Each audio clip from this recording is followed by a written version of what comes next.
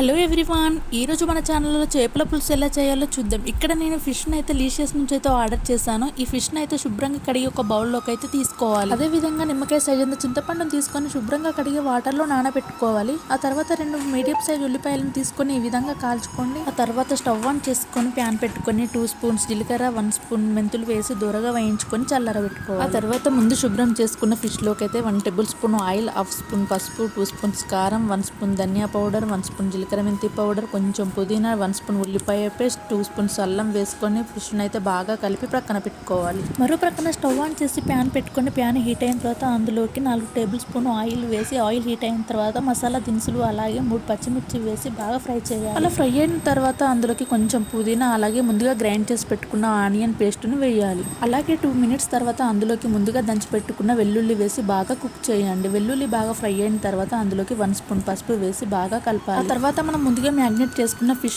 అయితే స్లోగా ఇలా 1 బై 1 యాడ్ చేసుకొని మూత పెట్టి 2 మినిట్స్ లో ఫ్లేమ్ లో కుక్ చేయండి. 1 నిమిషం తర్వాత మరోవైపు టర్న్ చేసుకొని జస్ట్ 2 మినిట్స్ బాగా ఫ్రై చేసుకోండి. ఇలా 2 సెట్స్ బాగా ఫ్రై అయిన తర్వాత అందులోకి ముందుగా నానబెట్టుకున్న చింతపండు రసాన్ని అయితే వేయండి. చింతపండు రసాన్ని వేసిన తర్వాత అందులోకి తగినన్ని వాటర్ పోసుకొని అందులోకి 1 స్పూన్ కారం, 1 స్పూన్ జీలకర్ర మెంతి పౌడర్, 1 స్పూన్ ధనియా పౌడర్ వేసుకొని బాగా కలుపుకొని ఒక 6 to 7 మినిట్స్ అయితే బాగా కుక్ చేయండి. 7 నిమిషాల తర్వాత మనము మూత తీసి చూస్తే ఫిష్ అయితే ఈ విధంగా బాగా కుక్ అవుతుంది. ఇప్పుడు ఇందులోకి రుచికి సరిపడ సాల్ట్, అదే విధంగా సన్నగా కట్ చేసి పెట్టుకున్న కొత్తిమీర వేసి మరో 2 నిమిషాల పాటు బాగా ఫ్రై చేయండి. 2 నిమిషాల తర్వాత చూస్తే ఎంతో రుచికరమైన చేపల పులుసు అయితే రెడీ అయింది. ఇప్పుడు స్టవ్ ఆఫ్ చేసుకొని పక్కకు దించుకొని మూత పెట్టుకొని 2 గంటల తర్వాత సర్వ్ చేసుకుంటే టేస్ట్ అయితే చాలా బాగుంటుంది. ఈ వీడియో కనుక నచ్చినట్టయితే ప్లీజ్ సబ్స్క్రైబ్. Bye bye.